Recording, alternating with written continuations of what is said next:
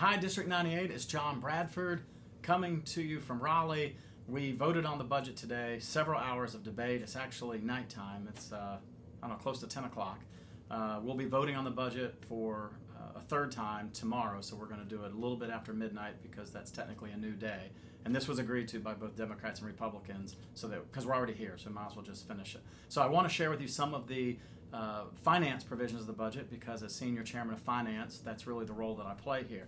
So I'm going to share with you some of the exciting news regarding the finance provisions, and it's all about reducing taxes for all wage earners in North Carolina. So over the next 2 years, we're going to cut $836 million in taxes, and that's going to come from $175 million next year and $661 million in the next year. Now you may ask, well, how are we going to do that? Well, here's how. We're going to reduce personal income tax. This is for every wage earner in North Carolina. So if you earn wages, this applies to you. We're going to be cutting the tax rate from 4.65% to 4.5% in 2024. Then the next year, we'll go to 4.25%. And in 2026, we will get into the threes, so 3.99%.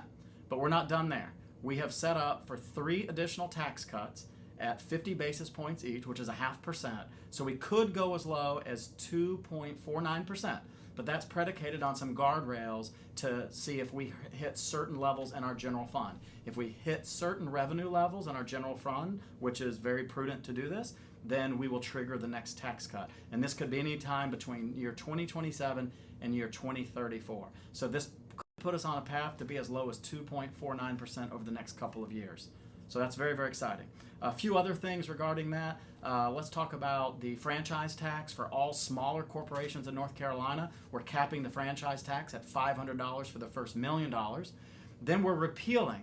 We are getting rid of that $50 a year professional license tax. This would be for real estate agents, for attorneys, engineers, healthcare workers and healthcare professionals, veterinarians. There's a whole litany of professionals that pay $50 a year. So we are repealing that entire license because it's really just more of a nuisance fee. And so that's good news. Also for our aviation industry, right? American Airlines, we already have a tax exemption on fuel that's expiring at the end of the year. We're extending that for another several years. Motorsports industry, same thing, right? We are home to racing, and so there's a tax exemption that's going to expire at the end of this year. We're extending that also for several years out.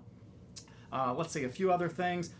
For mothers that do breastfeeding, anything related to breast pumps, the purchase of equipment, repair, any devices, storage units, etc., we're exempting all taxes on that to help mothers who decide to nurse. So that's very, very good. So in terms of the tax package, that's all. Let's talk about the 3 towns in District 98. Davidson, we'll start kind of north to south. Let's start with the town of Davidson. The last record amount that was ever brought home for the state of North Carolina, I'm very proud to have delivered that, was $500,000 to the town of Davidson. And that was a record. The state has never given Davidson that kind of money. Well, this budget, folks, I was able to get $1.15 million for the town of Davidson. It doubles the last amount. I talked to Mayor Knox today. We were actually texting each other, he's on cloud 9 and is excited, and I'm excited to deliver that news. That can be used for capital projects and equipment. Now for the town of Cornelius, $3 million capital projects and equipment, plus another $500,000 for your Cornelius Museum project that I know you're working on. For the town of Huntersville, $3 million for capital projects and equipment, and another $200,000 for the Huntersville Fire Department. Now, Central Piedmont, speaking of fire, the Central Piedmont Community College, the North Campus in Huntersville, has a fire training center.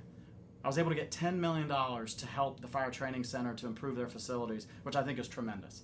The Charlotte Dragon Boat Festival, $50,000. It happens every year at Ramsey Creek Park, which is in Cornelius. And then for all the tennis folks that are out there, Project Breakpoint is that world-class tennis and pickleball facility that will be coming towards the airport. We're able to secure $20 million in the budget to help with that project. So those are all very, very good things. Excited to share that with you. The budget does a lot of other good things, and I'll be sending out some summaries of it. But from a tax perspective, and for the towns in District 98, I wanted to deliver that news to you.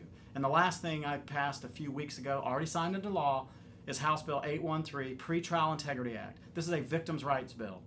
I was tired of people getting arrested for certain offenses, and then the magistrates just letting them go for no bail or little bail.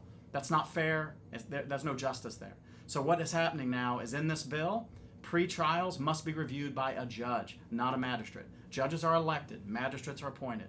Judges will have more accountability, and they will need to review the pretrial release to make sure that these folks are not walking. Because in many cases, they get released, and then 30 minutes later, they're rearrested. And that's because they weren't held accountable in the first place.